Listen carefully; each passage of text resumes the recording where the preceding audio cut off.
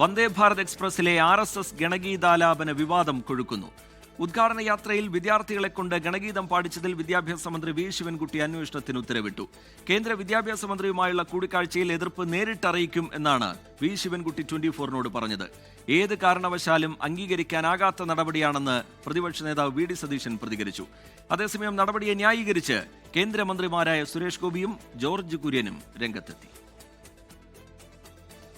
എറണാകുളം ബാംഗ്ലൂർ വന്ദേ ഭാരത് സർവീസിന്റെ ഉദ്ഘാടന ചടങ്ങിനിടെ എളമക്കര സരസ്വതി വിദ്യാനികേതൻ വിദ്യാർത്ഥികളാണ് ഗണഗീതം പാടുകയും അത് റെയിൽവേ ഔദ്യോഗികമായി സോഷ്യൽ മീഡിയ പ്ലാറ്റ്ഫോമുകളിൽ പോസ്റ്റ് ചെയ്യുകയും ചെയ്തത്. ഇതിലാണ് ഇപ്പോൾ അന്വേഷണം.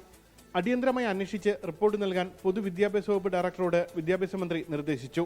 വിദ്യാർത്ഥികളെ കൊണ്ട് ഗണഗീതം പഠിപ്പിച്ചത് അഹങ്കാരത്തിന്റെയും ധിക്കാരത്തിന്റെയും ഭാഗമായുള്ള നടപടിയാണെന്ന് മന്ത്രി വി ശിവൻകുട്ടി പറഞ്ഞു. അത് അങ്ങേറ്റം പ്രതിഷേധാത്മകമായ കാര്യമാണ്. അവരെ കൊണ്ട് നിർബന്ധിച്ചാണ് പാടിപ്പിച്ചിരിക്കുന്നതെന്നാണ് മനസ്സിലാക്കുന്നത്. ആ വിവരം നമ്മൾ അന്വേഷിക്കുന്നുണ്ട്. ഇത് ഒരു കുറച്ച് അഹങ്കാരത്തിന്റെയും ധിക്കാരത്തിന്റെയും ഫലമായി ഉണ്ടായിട്ടുള്ള കാര്യമാണ്. റെയിൽവേയുടെ നടപടി നിഷ്കളങ്കമായി കാണാൻ കഴിയില്ലെന്ന് പ്രതിപക്ഷ നേതാവ് വി ഡി സതീശൻ പ്രതികരിച്ചു. BJP കേരളത്തെ വീണ്ടും നമ്മുടെ നാടിനെ വീണ്ടും വർഗീയവൽക്കരിക്കാൻ ശ്രമിക്കുകയാണ്. റെയിൽവേ ആദ്യം അത് എക്സിൽ നിന്ന് മാറ്റി വീണ്ടും എക്സിൽ വെച്ചിരിക്കുക. അപ്പോൾ അത് സമ്മർദ്ദം കൊണ്ടാണ്. ഒരു തരത്തിലുള്ള രാഷ്ട്രീയവൽക്കരണം ഈ സർക്കാർ ചെലവിൽ, നാട്ടുകാരുടെ ചെലവിൽ നടക്കില്ല. ഗണഗീതം ദേശഭക്തിയുടെ ഭാഗമാണെന്ന് കേന്ദ്രമന്ത്രി ജോർജ് കുര്യനും ആഘോഷത്തിന്റെ ഭാഗമാണെന്ന് കേന്ദ്രമന്ത്രി സുരേഷ് ഗോപിയും പ്രതികരിച്ചു. ഇതിനെന്താണ് കുഴപ്പം? ഇതിലും കൂടുതൽ RSS പാടുന്ന വന്ദേമാതരാണ്. അത് പാർലമെന്റിൽ പാടുന്നില്ലേ?